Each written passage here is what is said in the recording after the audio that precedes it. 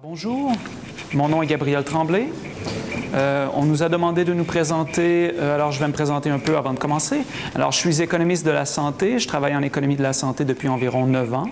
Donc, je travaille dans une compagnie pharmaceutique dans la région de New York. J'ai travaillé au Canada aussi avant de travailler dans la région de New York. Et donc, comme économiste de la santé, je suis présentement directeur d'une équipe de modélisation. Donc, nous produisons des équipes pour environ 35 pays à travers le monde, incluant la France et l'Europe et l'Amérique, l'Asie, etc. Et donc, notre rôle, c'est de produire des études et de les envoyer au pays pour démontrer la valeur de nos produits pharmaceutiques. Et donc, ma thèse porte sur la démonstration de la valeur économique pour les technologies innovantes et les maladies, entre autres, le cas des maladies orphelines et de la génomique. Alors, au cours des dernières années, j'ai fait plus de 100 études économiques en santé et donc, je ne voulais pas nécessairement répliquer ce type d'études pour ma thèse, qui est souvent fait par les économistes. Ils font simplement faire une étude économique. Alors, dans mon cas, je voulais plutôt explorer le concept de la valeur, qui est un concept relativement peu exploré dans le domaine de la santé. Donc, bien comprendre comment le concept de la valeur est construit, c'est-à-dire les dimensions qui composent le concept de la valeur, et plus précisément, être en mesure d'identifier et de bien comprendre la proposition de valeur économique à l'intérieur du concept de la valeur. Donc, effectivement, c'est un autre concept qui était très peu exploité.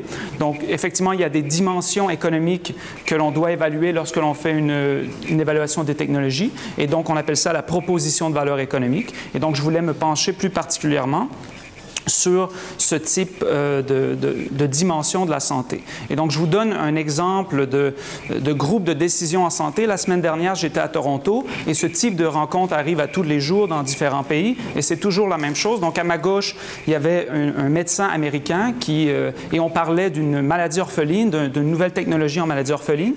Et cette technologie coûte extrêmement cher, comme toutes les technologies, les nouvelles technologies en santé. Et elle apporte relativement peu de bénéfices, puisque c'est toujours un bénéfice marginal sur qu'est-ce qui existe déjà, et a beaucoup d'effets secondaires. Donc, l'économiste à ma droite dit alors, je crois que votre technologie amène très peu de bénéfices et coûte trop cher, donc on ne devrait pas la rembourser. On ne devrait pas la rembourser au Canada, puisqu'on était à Toronto la semaine dernière. Et donc, la médecin à ma gauche, qui est une médecin américaine, dit mais qu'est-ce que vous dites? On devrait absolument rembourser cette technologie, puisque c'est la seule technologie qui existe pour ces patients. Alors, la médecin à ma gauche américaine dit et si c'était votre grand-mère qui était atteinte de cette maladie, vous voudriez la faire rembourser, cette technologie. À ma droite, une autre médecin, oncologue aussi, lui répond, mais c'est pas comme ça qu'on gère un système de santé. Lorsqu'on a des budgets, on doit gérer le système de santé en fonction des valeurs sociales. Alors, ce type de conflit au niveau de la prise de décision en santé est constant, c'est tous les jours, et c'est un phénomène de valeurs. Alors, différentes personnes ont différentes valeurs au niveau eux-mêmes, mais également, il y a des valeurs sociétales, donc qui peuvent différer par pays. Elles peuvent différer par profil de profession. Dans l'exemple que je propose, on avait un économiste, mais également 2 médecins qui avaient des positions différentes au niveau de comment gérer les fonds en santé. Et donc, la multirationalité peut également apparaître au niveau des secteurs innovants et très peu d'analyses portent sur les secteurs innovants, c'est-à-dire l'évaluation des technologies se fait souvent d'une manière traditionnelle, les produits cardiaques, diabétiques, etc. Mais très peu d'analyses se sont penchées sur comment est-ce que le concept de la valeur est créé pour les technologies innovantes, soit la génomique et les maladies orphelines. La génomique a été, comme vous le savez, créée dans les 10 ou 12 dernières années et donc c'est un nouveau secteur. Très peu d'études portent sur ce secteur. Et donc l'objectif ici était d'aller mieux comprendre si cette multirationalité existait et quelle en était la forme, donc quelles étaient les dimensions de la santé qui étaient affectées. Donc effectivement, le premier objectif, déterminer les dimensions de l'évaluation du concept de la valeur tel qu'il existe actuellement dans l'évaluation des technologies. Ensuite, établir des recommandations sur comment construire un schéma conceptuel d'évaluation pour les nouvelles technologies innovantes et, dans un troisième temps, proposer des recommandations pour être en mesure d'adapter le schéma d'évaluation actuel en fonction du concept de la valeur.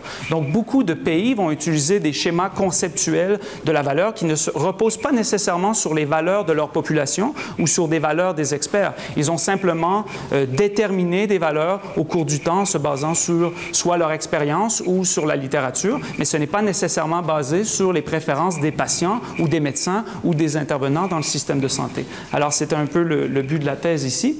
Alors, je ne parlerai pas beaucoup du cadre méthodologique parce qu'on n'a pas beaucoup de temps, mais on a utilisé le concept mapping, donc une technique mixte dans cette technique, on va aller interroger des experts dans le domaine et donc on va collecter des dimensions. On va également aller voir la littérature et collecter des dimensions de la santé dans le but, encore une fois, de créer les dimensions qui créent le concept de la valeur. Et ensuite, on va effectuer des analyses statistiques pour être en mesure de déterminer quel est le concept de la valeur. Il y a également une collecte de données dans ce type d'analyse, puisqu'au début, on crée les dimensions et ensuite, on va aller demander à des experts quelle est leur opinion sur ces dimensions, donc l'importance des différentes dimensions et également ici l'exposition aux différentes dimensions. Donc, est-ce que les experts ont été exposés à cette information au préalable? Et donc, on avait environ 100 participants, 100 experts en évaluation des technologies qui provenaient de 4 profils différents, les experts en accès au marché, des médecins, des économistes de la santé, oui, et donc des experts dans ce domaine, également provenant de 3 pays différents. Donc, on avait plusieurs pays, donc, entre autres, il y avait des Français, des Allemands, mais seulement 3 pays avaient des échantillons suffisants pour être comparés, donc États-Unis, Canada, Angleterre. Donc, la totalité des experts n'étaient pas des étudiants, donc avaient de l'expérience en santé. 72% avaient plus de 5 ans d'expérience, 50% avaient plus de 10 ans d'expérience. Donc, nous nous sommes assurés d'avoir un échantillon qui représentait réellement des experts dans le domaine de l'évaluation et en évitant les gens qui ont peu d'expérience. Pardon.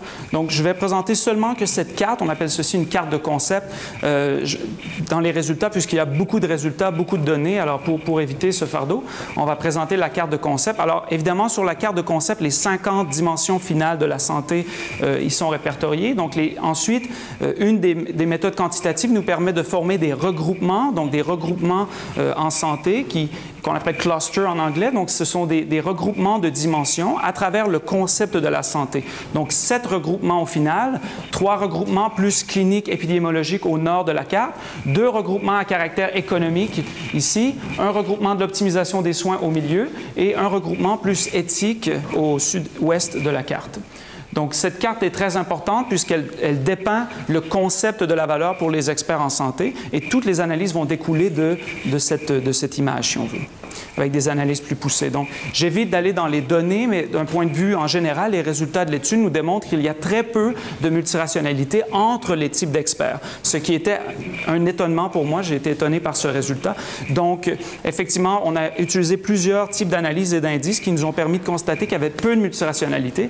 Par contre, on a constaté une très grande multirationalité au niveau des pays. Donc, les pays ont différents concepts de valeur. Donc, l'Angleterre a un concept différent de celui des Américains et les conflits, généralement, lorsqu'on regarde les données, vont provenir d'un conflit entre pays et non entre experts d'un même pays, par exemple. Également, au niveau des secteurs innovants, on se rend compte que la médecine personnalisée, la médecine traditionnelle, la médecine moderne, sont très similaires en termes de concept de valeur. Par contre, les maladies orphelines semblent avoir un concept de valeur particulièrement différent et donc il faudrait se questionner sur la création d'un schéma d'évaluation spécifique. On en reparlera dans les constats de l'étude. Donc, rapidement, il y a plusieurs implications managériales. Certaines sont basées sur les données. Donc, rapidement, on vient d'en nommer. La première était l'importance des 3 regroupements cliniques et médicaux. Donc, on n'en a pas parlé, mais ces 3 regroupements étaient de manière constante les regroupements les plus importants et sont souvent disqualifiés dans certaines évaluations des technologies, puisque de nos jours, les valeurs économiques prennent de plus en plus d'importance. Mais lorsqu'on analyse le concept de la valeur, on se rend compte que ces regroupements de valeurs sont prioritaires, arrivent toujours au premier niveau et donc il faut s'assurer de garder ces concepts de valeur lors des évaluations des technologies. Ensuite, faible multirationalité au niveau des profils professionnels et faible effet d'exposition. Donc, les experts sont peu influencés par le fait qu'ils connaissent une dimension ou non. Ils ont un concept de la valeur et ils le connaissent. Ils n'ont pas besoin d'être exposés ou non à l'information. Donc, un des constats à ce niveau, c'est de dire que la multirationalité, dans un même groupe d'experts, la convergence des valeurs est relativement forte. Il faut plutôt faire attention à la multirationalité au niveau des pays qui va inviter de la divergence au niveau du concept de la valeur.